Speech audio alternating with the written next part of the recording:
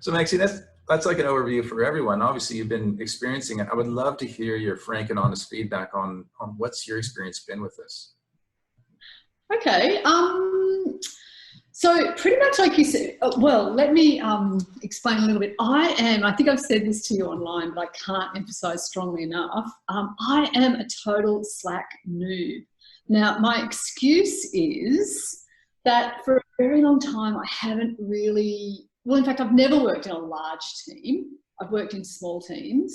But even last time I worked in a small team, which was going back, it's what, 5 years ago now, it was just myself and my business partner, and Slack wasn't really much of a thing. So it really wasn't necessary. So I've never really gotten into it. Since I've been running Spark Festival, people have been saying, oh, you've got to have a Slack channel. And I must say, I've probably learned a lot from you over the last few weeks and how to make something like that happen, because I've always had this excuse that, oh, they're really hard to make happen when it's not people who are all working together in the same team. But voila, look what Mr. Chad has done, and you know, I stand corrected on that. But going back to your comments, what do I like about it is that it is really overarching and comprehensive. It's true when you first go to it, especially if you're a bit of a Slack noob, it does look a bit overwhelming. It's just like, oh, there's just so much in here. But once you sort of get up to date on everything, most days there's probably only stories, or you probably know the actual number for this, but it feels like there's stories in maybe 15 of those channels. And so for me, that means that's not too much for me to get through in one day. I like all the different channels like that, because it's a lot like what Spark Festival's like. Like, we are anything and everything to do with innovation and entrepreneurship. And I think that's a really valid category, because there is a lot of crossover, even in terms of your, like the knowledge that you need for your job, there's crossover. But let's face it, if you're someone who is interested in, you know, you've got some sort of data startup or something like that, you're probably also going to be interested in, I don't know, ed tech or anything to do with technology, basically. So I don't think it's an issue to have all those things in there. I think you do an amazing job with the polls. Are a really good idea. Adds a little bit of fun to it.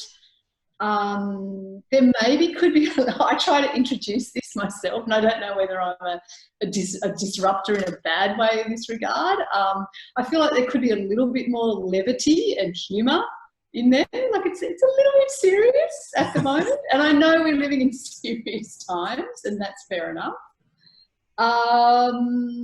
What else? Oh yeah, like those daily updates that you do with, I don't know how the hell you manage to find the time to do that, basically, but that is a really good addition to it as well. And it also, I'm sure you're aware of this, it has that added bonus that, you know, if you did add something yesterday, you get acknowledged for having done that. Even if no one commented or anything like that, you know that Chad saw it and put it on that list, so it has meaning. So yeah, that's my reflections on it.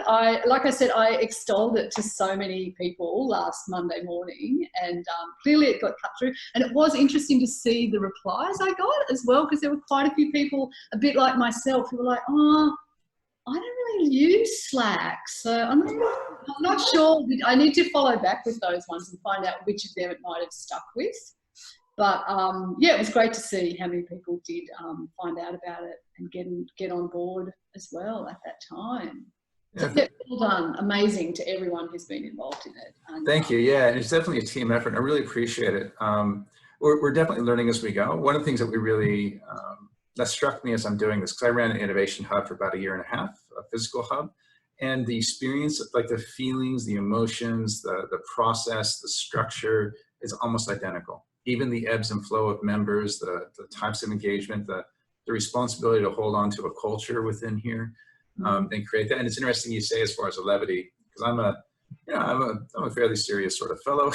I got a certain voice and persona. I try and inject a few things, but what we're trying to do is then create a space where other people with different flavors of personality, which is why I need, people like Somerville and a few others who can add a bit of that yang for the yin kind of thing of just some different styles. So we'll see how it evolves. And the other thing I'm always really open to, which is why we even have a channel for kind of other communities, is because people gravitate to what adds value to them, which has always been our intent. If it adds value, stay here. If it doesn't, please find something else. Let us help you create something else for that. Because we know that this flavor and style isn't going to be for everybody, but we also do believe in the connectivity within the system to be able to produce more than any single individual can.